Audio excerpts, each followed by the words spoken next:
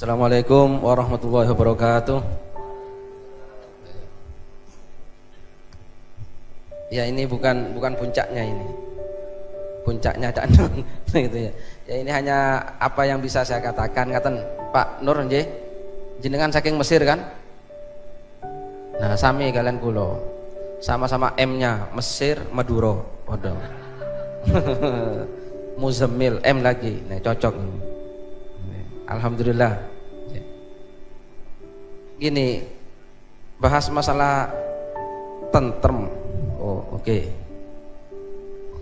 Jadi ngaten, jenengan urip pingin tentrem apa pingin seneng? Urip golek seneng napa golek tentrem? Monggo kula takoni. Apa? Ngerti boten bedone tentrem kalian seneng? Pripun niki ya? Nah ini ada yang jawab ini dari Muntilan ini jauh ini. Nah, tak ngaduk nggih. Jadi ada orang yang hidupnya ingin senang. Ada orang yang hidupnya ingin tentram. Ini kira-kira dhuwur pundi niki? Dhuwur pundi? Lari-lari cilik niku ngentri tentrem mboten? Mboten kan? Ngerti ni mon sen? Nah, nggih. Berarti wong sing uripe mung golek seneng niku sinten? Cah cilik. Nah. Kula niki mau kenapa terlambat? Ini sedang ketemu pimpinan KPK. Titip salam sama beliau Cak Nun. Saud Sitomorang. Nah itu ya. Tadi di Jogja baru ketemu. Ini ada fotonya kalau nggak percaya. Nah sekarang itu orang banyak yang tidak bisa membedakan senang dan tentram. Sampai pejabat wis dadi wong gede, bayarannya banyak, koyok caci. Nah, lo bengi teng karaoke. Nah itu je. Terus, napa? Sing digolek, mon kesenangan. Nah, di mana-mana, napa ingin punya rumah, nggih mboten? Di Jogja punya rumah, di Jakarta punya rumah, Surabaya punya rumah, bahkan di luar negeri punya rumah. Tapi akhirnya karena gajinya gak cukup nyolong. Itulah orang yang mengejar kesenangan. Kira-kira tentrem mboten? Nah, pangkalnya korupsi niku Bu. Jadi orang hidup mencari kesenangan. Ngerti papa nih seneng kalian tentrem? Pundi? Seneng niku teng pundi? Napa? Seneng niku kan mun teng sawangan. Nggih mboten? Lek tentrem niku teng jero ni ati. Nah. Pengin napa?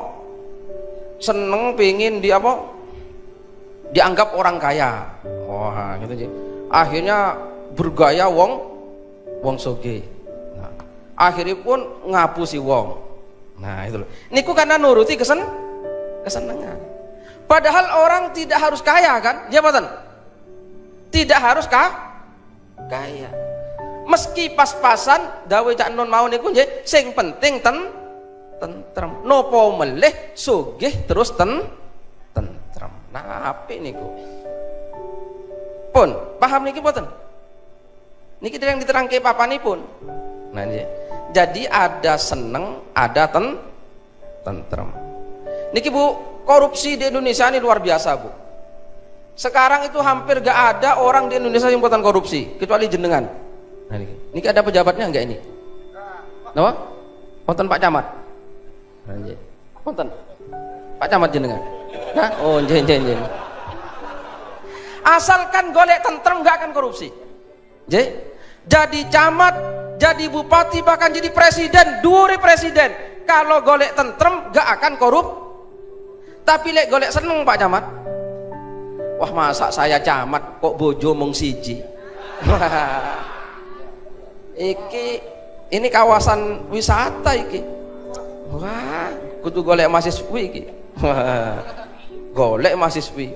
Ada mahasiswinya bilang, sampean kan camat, masa saya saja istri keduanya sampean hanya pakai pit motor, yo jazz gitu. Nah akhirnya pejamat, bagaimana caranya bisa tuku jazz. Nah, terus, nah niki gak ada batasnya aja Pak Camat.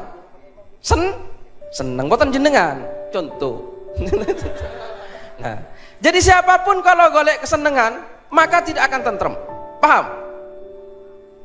Tapi carilah ketentraman. Kenapa orang korupsi? Karena orang ingin senang. Senang itu anak-anak, cah cilik niku seneng. Cah cilik ngerti boten jenengan? Ibu kaguan cah cilik nggih? Cah cilik niku kan boten mikir nopo-nopo.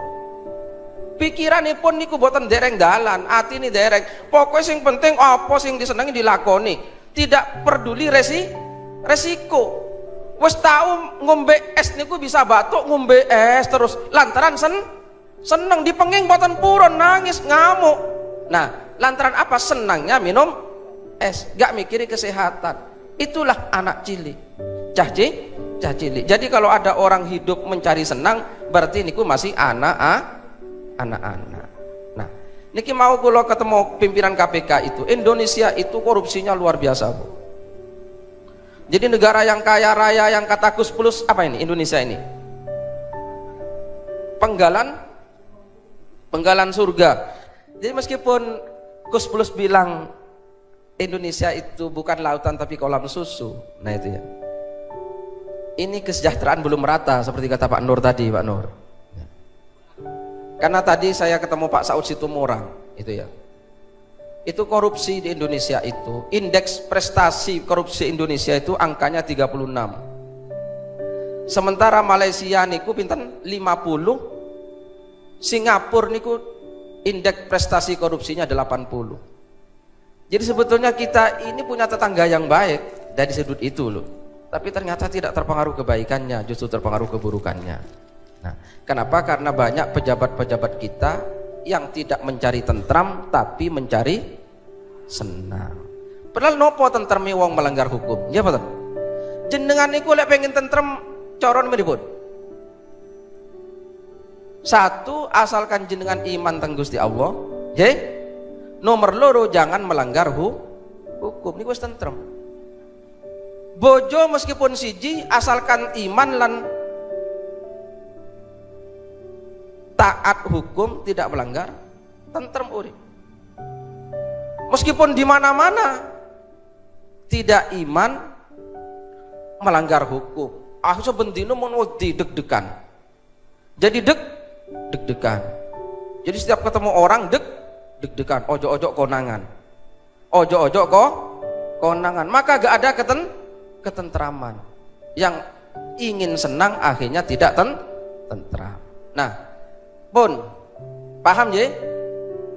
Jadi kalau ingin urip tentrem, ojo nuruti kesenangan.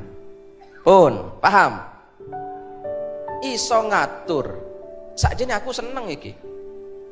Sakjane aku seneng. Tapi iki lek tak lakoni perkoso. Nah, maka boten dilakoni rapopo. Aku koyok ngene sing penting uripku tentrem. Nah, itu ketentraman. Tentram itu tempatnya teng pundi? Teng ati. Lek seneng depan mata dan itu nafsu. Maka monggo diulangi lagi, pengen seneng napa pengen tentrem? Lek tentrem pasti seneng dereng tentu. Nah sama, orang berumah tangga ngaten. Kalau tadi beliau mengatakan 100.000 cukup, terus 50 cukup, alhamdulillah lumayan.